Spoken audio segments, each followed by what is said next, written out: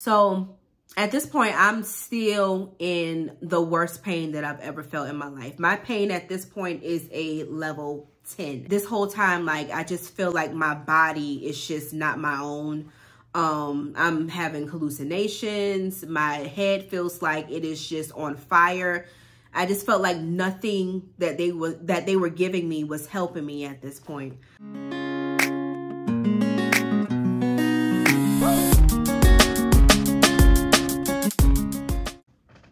What's going on, everybody, and welcome back to Dear Ashley Grace. If you have not already, please go ahead and like this video. Also, make sure that you are subscribed to the channel and make sure you press that post notification bell so you know when I post videos next. So I definitely did not intend to be gone from my channel from this long, but here we are. So let's just get right into it. So October 12th, 2023 will be a day that I will never forget. As some of you may or may not know, I began teaching a couple of months ago. And while I was at work, I was getting my preschoolers down for their nap, and all of a sudden just felt a rush of discomfort. My head started to hurt. I started to get very lethargic. And so I sat down just to kind of regain my composure and started shaking and having chills all over. Let the kids get through their nap and wasn't feeling any better when they woke up. And it literally just felt like my body was in a haze. Like people were talking and speaking, but I didn't hear anything. I couldn't hear them, theoretically. And so, you know, I called my supervisor. I'm like, listen, I gotta go. I'm not feeling well. I need to go. I took a COVID test before I left just to see, but the COVID test was taking entirely too long for me to get the results, so I just left. And, you know, it is genuinely by the grace of God that I got home in 4 o'clock traffic in Atlanta. The way that I did, because that's how terrible that I was feeling. Now, at this point, I haven't felt this bad since having COVID. Like, that's the closest thing at this point that I could compare this to. So I was like, you know, I'm just going to lay down, get some rest, and see how I feel in the morning. Morning comes, not feeling much better at all. If anything, I feel like things are getting worse. Now, instead of just my head hurting, my whole body is hurting. In particular, my back. My back feels like it is tense. It is in pain. Feels like someone is literally just punching my back. And so I decided to take a nice cold shower. Maybe that will bring down the fever. At this time, I do have a fever. But still, I'm like, okay, I'm still going to wait it out, take some pain medicine, and see if my symptoms get better. So at this point, I've spent a day at home with a full day at home with these symptoms. The next morning, which is, I believe at this point, the 14th of October, which is Saturday, I woke up and I'm just like, I can't do it. I got out of bed. The room was spinning like this, just like this. And I barely felt like I could get to the restroom. I felt nauseous. And I was like, I need to get to some type of urgent care. So I decided to go to urgent care. And this whole time I'm thinking, I feel terrible, but they're going to give me some meds. They're going to give me something strong, some antibiotics, something. And I'm going to be able to go home. So I get to the urgent care. They start running a host of tests on me, throwing different things at me, just ruling out things. And it gets to a point where the doctor is like, okay, I'm looking at your blood and your white blood cells are through the roof. So whatever this is, you're not going home today. And so that's when they start testing me for other things. They're taking more and more blood. I'm letting them know what my symptoms are leading up to this moment, being questioned about why I did the things or took the things or ate the things that I did, and a video on healthcare response in the healthcare field in general is going to be in another video, because that's a story within itself.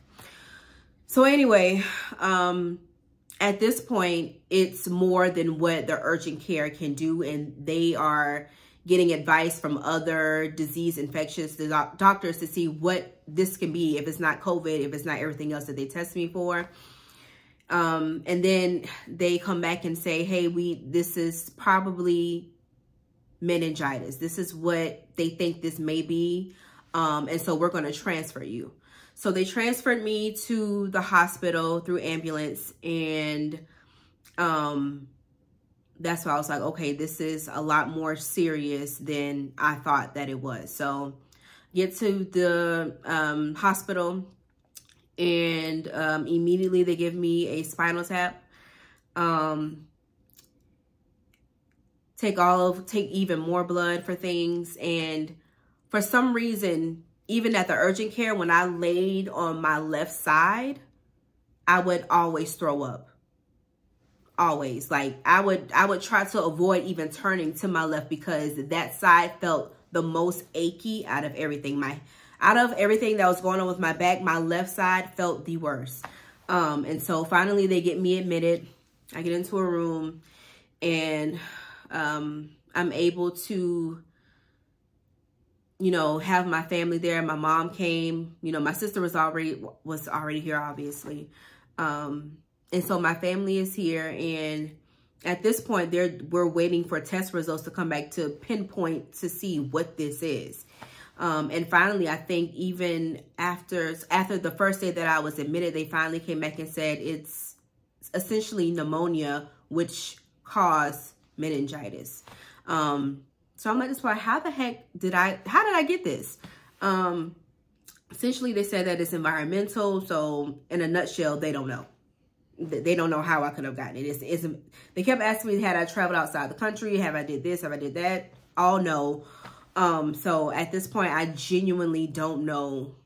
I can't pinpoint it and say that I got it from work or anything like that. But all I can say is it's environmental. That's all I was given as far as information is concerned. So at this point, I'm still in the worst pain that I've ever felt in my life. My pain at this point is a level 10. And it stayed that way for multiple days. Mind you, I was in the hospital for a total of 7 days. So this whole time, like, I just feel like my body is just not my own. I'm having hallucinations. My head feels like it is just on fire. I just felt like nothing that they were giving me was helping me at this point. And so I'm on the best antibiotics that they say that I'm on. But they just at this point, I need to wait for them to do the work or whatever. And so I would say maybe by the 4th day that I was there, I was starting to feel, I won't say better. I was starting to feel less worse. Let me just say that. I feel like saying better means that I felt like, no, I was starting to feel less worse. So now, instead of a 10, I'm now at a 7. So the antibiotics are working, but because my white blood cell count was as high as it was, me just having antibiotics in the hospital and then taking a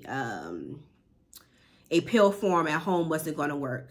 And that's when they decided they were going to give me a midline. If anyone doesn't know what a midline is, essentially it's an IV, but it's constructed and made to last longer. Usually an IV lasts you about 1 to 2 days when you're in the hospital, and if you're in there longer, then they're going to need to change it. But with the midline, they put it about midway in your arm, and it's supposed to last about 2 weeks.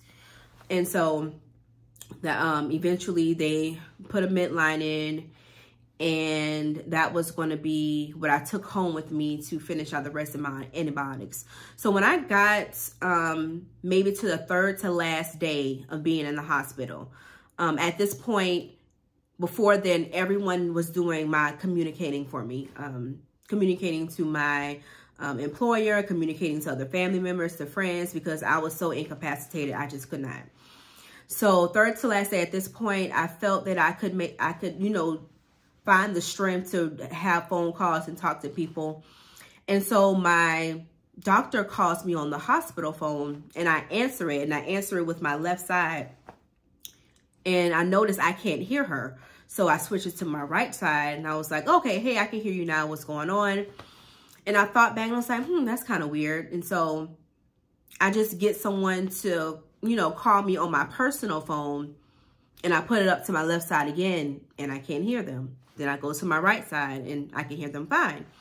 And so at this point, I'm like, okay, what's happening here? Why is it that I'm not hearing anything on my left side?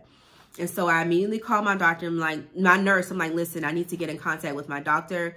I'm not hearing anything on my left side. When I was first admitted into the hospital, they did give me an MRI, and it came back pretty normal, nothing abnormal, no swelling or any of that. And so when I made mention of this to my doctor, she said, okay, let's get another MRI done.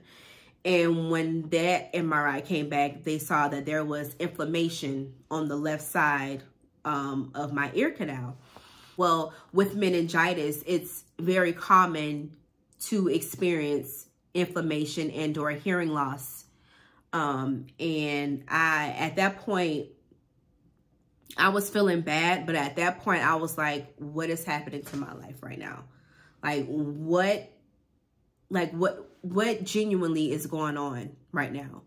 And one of the hearing specialists came in and basically told me what the prognosis was of how my hearing would be after this. And I lost it. Like, that, hearing that was just, it was next level deterrent. Like, if I didn't feel down and out before, I felt down and out then. And mind you, this whole time my head is on, I feel like my head is on fire. So I'm not noticing the fact that I may not be hearing, like it's not correlating with me, because I can still hear on my right side, not knowing that something is going on my left side. And then going back to what I was saying about me only feeling super icky on my left side, that makes sense now, because I tell you, anytime I turned around in my bed to lay down or to readjust, I immediately threw up. And so I'm assuming at this point, that's where it affected my body the most, was on my left side. So after hearing all of that, they had a audiologist come in and say, well, these are, you know, some choices that you have. Like, I'm literally laying in the bed feeling the worst I've ever felt in my life and being plagued with surgery and all these other things. And you can do this and you can do that. But if you don't have the surgery as soon as you get out of the hospital, then that means that you won't be able to do this. And then it was the most overwhelmed I've ever felt in my life. Because I thought at this point, okay, I'm getting through whatever this is, I'm getting through. And then to be hit with something else so suddenly, it was gut-wrenching for me. So finally, after about 7 days, I was released from the hospital with my midline. And I'm so thankful for my family and friends, but more specifically for my sister and my mother, because they, before anybody else came, you know, to support, they were there from the beginning. They went through a training to make sure that I got my antibiotics every day during my midline. They were keeping a schedule for me. They were like, I'm just really, really thankful, because I couldn't have done all of that by myself. So once I was released, then, you know, comes all these appointments, and probably had an appointment, if not every day. I had appointments multiple times during the day. It was, you know, that's how sick I was. And so I did the antibiotics for about 10 days. Then I finally was able to get my midline out. Oh my gosh, if you never had a midline, then if you've had a midline, then you know how exhausting that process is. You can't get in the shower. You just feel, you kind of feel like you're in hostage to your body.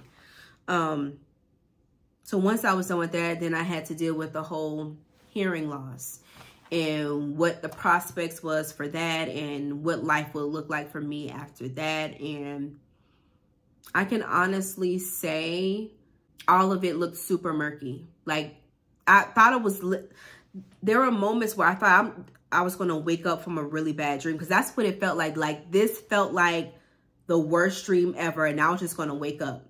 And it just, it never happened. And I had the worst anxiety, had the worst time sleeping. I would go to sleep, feel like I had 7 hours of sleep, and literally wake up at like 2 o'clock in the morning after only sleeping for about 3 hours and not being able to go back to sleep. Like, it was, this has truly been a true test of faith and just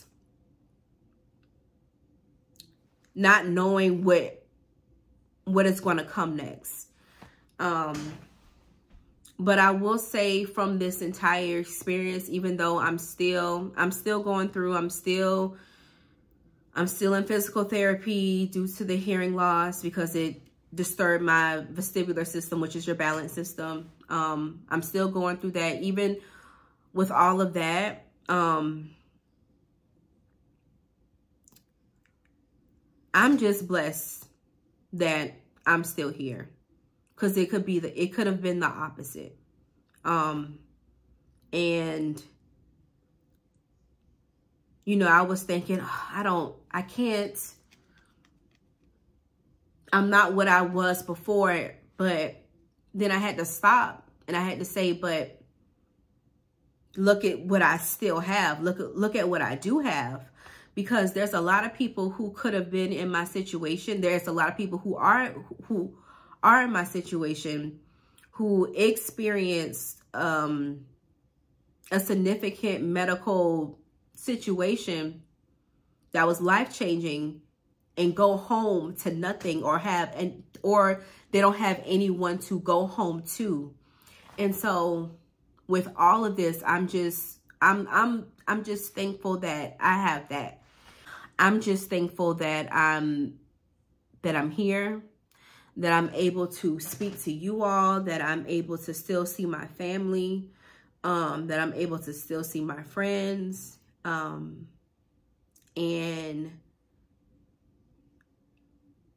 that I was chosen to continue. This has truly given me perspective. It has taught me to live now, and live now. Not to wait, oh, I'm going to do it tomorrow, or I'm going to do it the next day, or I got to wait until I get this, or I got to wait until I have this amount of money, or I got to wait until I look this way. Like, no, like whatever it is that you want to do, do it right now, because you don't know what tomorrow is going to bring. And if nothing else, I am truly thankful for perspective, because if this situation has not given me anything else, it has given me that. I'm just so grateful and I'm thankful. And if this video does nothing else, hopefully it helps someone through a process or a situation that they're going through right now, whether it be themselves or someone that they know, to let them know that they can get through it, and just have to have faith that the next days are going to get better. And I know that it's easier said than done, but it can be done. Whew. But yeah, in the next year, I just plan to be consistent. You know, God willing, I plan to go after everything that I love, that I enjoy, that inspires me, to not be set back by fear or anything like that makes me not want to go after the things that I won. And I'm just thankful. That's it. That's all. That's the end. Thank you all so much for watching this video. If you have not already, please go ahead and like this video. Also, make sure that you are subscribed to the channel and make sure you press that post notification bell so you know when I post videos next. And I will see y'all in the next one. Bye.